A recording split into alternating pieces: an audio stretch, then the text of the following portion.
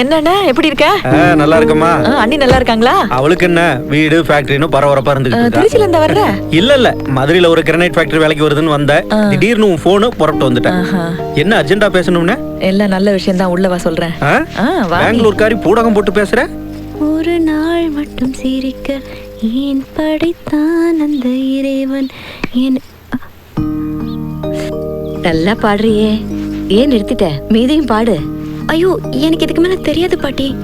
பொய் சொல்ற. தனியா இருக்கும்போது நீ பாடுறத நான் அப்பப்ப கேட்டிருக்கேன். நீ எவ்வளவு அழகா பாடுற தெரியுமா? நான் கேட்டா பாட மாட்டியா? என்னம்மா மகா என்ன சொல்றா? எவ்வளவு அழகா பாடுறா தெரியுமாடா?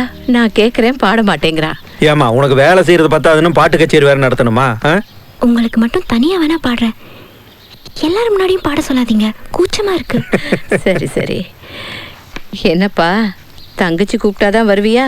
நான் கூப்பிட்டாலாம் வரமாட்டீங்களா? ஏமா போன மாசம் மண்டகப்படி அப்ப 4 நாள் குடும்பத்தோட வந்து நான் தங்கிட்டு போகலையா? அதெல்லாம் யார் சொல்லி வந்தா? நம்ம சகுந்தலாவோட பொண்ணை மனோவுக்கு கல்யாணம் பண்ணணும்னு ஆசைப்படுறா. தை 9 நாள் நல்லா இருக்கு. உன்னை கலந்து பேசிட்டு நிச்சயம் பண்ணலான் தான் உன்னை வர சொன்னேன். அதுக்கு எதுக்கு இவ்வளவு அவசரம்? தங்கம் மனோவை லண்டனுக்கு தனியா அனுப்ப வேண்டாமேன்னு பாக்குறா. அதுதான் லண்டன்ல இருக்கிற ஃபேமிலியா பார்த்து பையனை கோத்து விடலாம்னு முடிவு பண்ணிட்டேன். சரி 9ஆம் தேதிங்கிறீங்க, இன்னும் நாள் கொஞ்சம் தான் இருக்கு. இதெல்லாம் மனோவிட்ட டிஸ்கஸ் பண்ணிட்டியா? என்ன நீ லவ் மேரேஜ் பண்ணிட்டேன்றதுக்காக என் பையனையும் அதே மாதிரி நினைச்சிட்டியா? அப்படியே ஏதாவது இருந்தாலும் நிச்சயமா அவன் என்கிட்ட இருந்து எதையுமே மறைக்க மாட்டான்.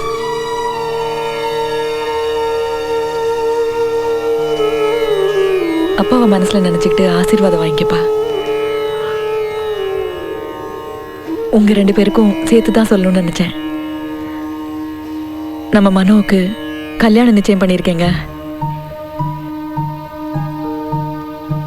அவனை எப்படி தனியா லண்டன் அனுப்புறதுன்னு தினம் தினம் தூங்காம சங்கடப்பட்டு இருந்த என்னை பார்த்துதான் நீங்களே ஒரு முடிவெடுத்து இப்படி ஒரு இடம் அமைய ஏற்பாடு பண்ணிருக்கீங்கன்னு நினைக்கிறேன். என்னம்மா விளையாடுறீங்களா? நோ மேன், ஃபிக்ஸ் பண்ணிட்டேன். என்கிட்ட சொல்லவே இல்லை. பெங்களூர்லயே கேட்டேன். அம்மா மட்டும் பார்த்தா போதுமா நீ கல்யாணம் பண்ணிக்க போற பொண்ணேன்னு? நீயும் சரின்னு சொன்ன. பெங்களூர்ல சொன்ன, ஆனா இப்ப மனோ டென்ஷன் ஆற மாதிரி இப்ப எதுவுமே நடக்கலப்பா. உனக்கு நல்ல தெரிஞ்ச ஃபேமிலி தான், உன்ன மாதிரி அழகானவ படிச்சவ. இப்ப நீ போற லண்டன்ல செட்டில் ஆனவங்க தான். எல்லாம் கலந்து பேசிட்டே மனோ. வர 9ஆம் தேதி நிச்சயதார்த்தம். அவங்க கிட்ட சொல்ல முடியாதா இப்ப இது வேணான்னு? உனக்கு பிடிக்கலையா? உன் நல்லதை விட எனக்கு என்னப்பா இருக்கு?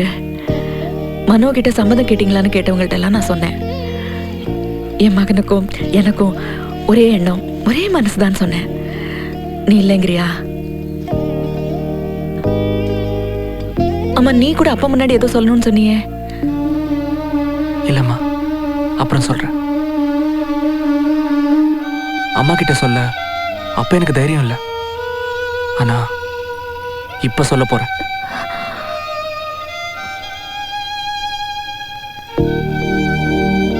நம்ம 2 பேரும் பார்க்கல, பேசல, பழகலன்னு நினைச்சுக்க வேண்டியதுதான்.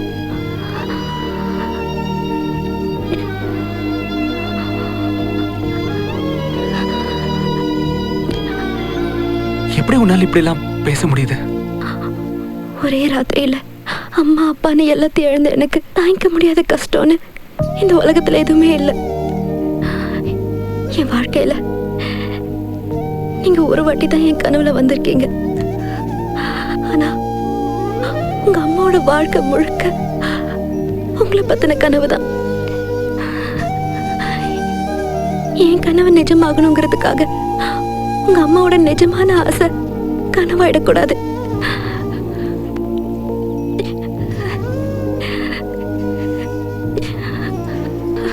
மனோ, மனோ, உங்க அம்மா கூப்பிடுறாங்க, போங்க. மனோ, போங்க.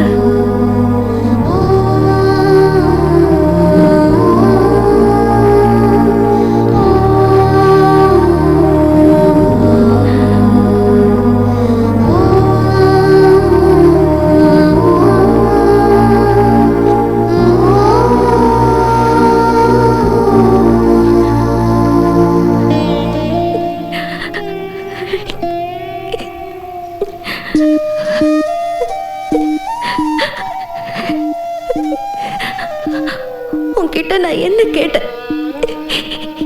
எனக்கு நல்ல புத்திய கொடு, எனக்கு நல்ல வழியை காட்டுன்னு தானே கேட்டேன்.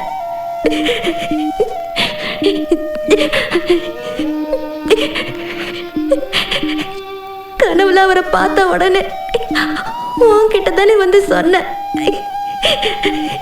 எதுக்கு இந்த பாவப்பட்டவ கனவுல அவரை காட்டின?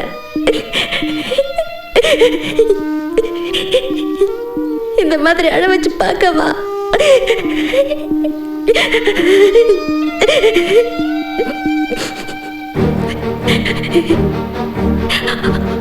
உனக்கு தினம் தினம் தவறாம விளக்கேத்தினதுக்கு நீ தந்த பரிசு தானா?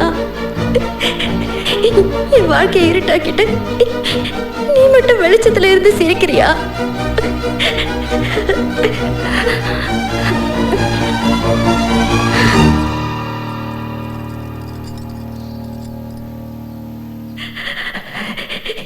இனிமே நான் உன்னை பார்க்க மாட்டேன், இந்த வேலைக்கையே ஏற்ற மாட்டேன்.